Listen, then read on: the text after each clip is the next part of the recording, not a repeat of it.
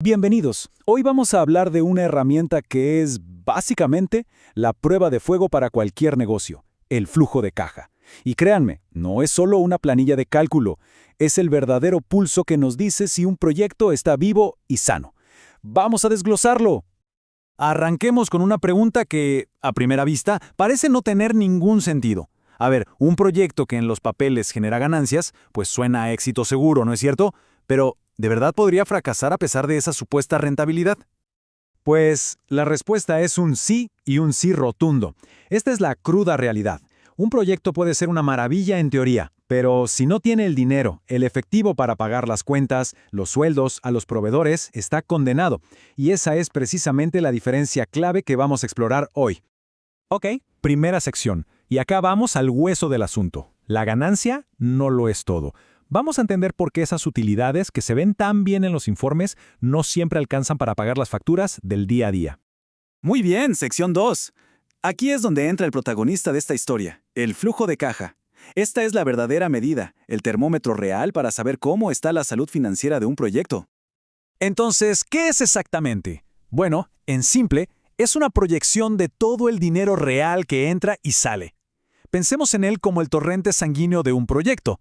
Es el combustible que mantiene el motor andando y, sinceramente, el indicador más confiable para saber si algo es viable o no.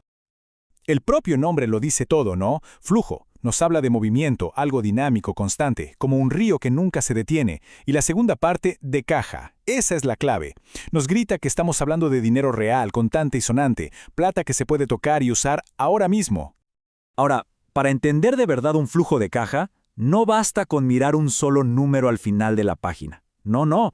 Tenemos que analizarlo desde 4 perspectivas, 4 dimensiones distintas que nos van a dar la foto completa, una visión robusta de la situación real.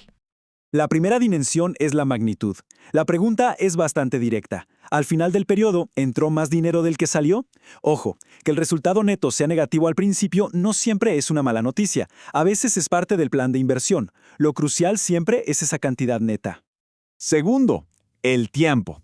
Y esto es fundamental, porque, vamos, recibir $1,000 hoy no es para nada lo mismo que recibirlos dentro de 5 años. El valor del dinero cambia. Por eso, el flujo de caja se proyecta a lo largo de toda la vida útil del proyecto, para entender el valor real de cada movimiento. La tercera dimensión es la variabilidad. Porque seamos honestos, el mundo real no es una línea recta. Los ingresos suben y bajan, los costos de los insumos cambian. Un análisis sólido tiene que ser como un buen estratega. Debe contemplar varios escenarios, desde el más optimista hasta el más pesimista. Y finalmente, el riesgo. Toda proyección, al final del día, es una apuesta. Porque el futuro, el futuro es incierto. Es absolutamente fundamental evaluar qué tan probable es que esas proyecciones se cumplan para no tomar decisiones basadas únicamente en el optimismo. Bueno, pasamos a la cuarta sección, proyectando hacia el futuro. Ahora vamos a ver cómo se construye un pronóstico que sea de verdad realista y cómo va cambiando la precisión de nuestras estimaciones a medida que el proyecto avanza. La certeza de una proyección es algo que evoluciona. Es como enfocar una cámara. Al principio, cuando el proyecto es apenas una idea, la imagen es borrosa, el margen de error es gigante. Pero a medida que se avanza, que se consiguen datos firmes, la imagen se vuelve más y más nítida y las proyecciones son mucho más precisas.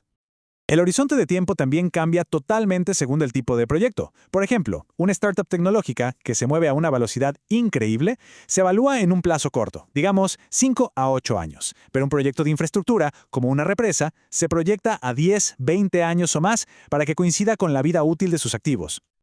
Este es un punto crucial. Hay que decidir si incluimos el financiamiento externo o no. El flujo de caja puro nos responde una pregunta. ¿Es la idea de negocio buena en sí misma? Y el flujo de caja financiado responde otra. ¿Con la ayuda de préstamos, el proyecto tiene la capacidad de pagar sus deudas y operar? Son 2 preguntas distintas y ambas son vitales. También es muy importante el punto de partida. Un proyecto Greenfield es como construir desde cero en un terreno baldío. Tiene más costo, más incertidumbre. En cambio, un proyecto Brownfield es como una ampliación, una mejora a algo que ya existe. Y en este caso el análisis es distinto. Solo importan los flujos de caja adicionales que genera esa nueva inversión. Y llegamos a la última sección, Lo más importante, ya entendimos qué es y cómo se arma, pero ahora, ¿cómo usamos todo esto en la práctica para tomar mejores decisiones más inteligentes? Las aplicaciones son increíblemente poderosas. Con esto podemos saber si un proyecto es viable o no. Nos ayuda a decidir si necesitamos un préstamo. Nos permite comparar la opción A contra la B, calcular en cuánto tiempo recuperamos la inversión. Y hasta analizar qué tan sensible es el proyecto a los riesgos. Es una verdadera navaja suiza para la estrategia. Y esta idea final lo resume todo.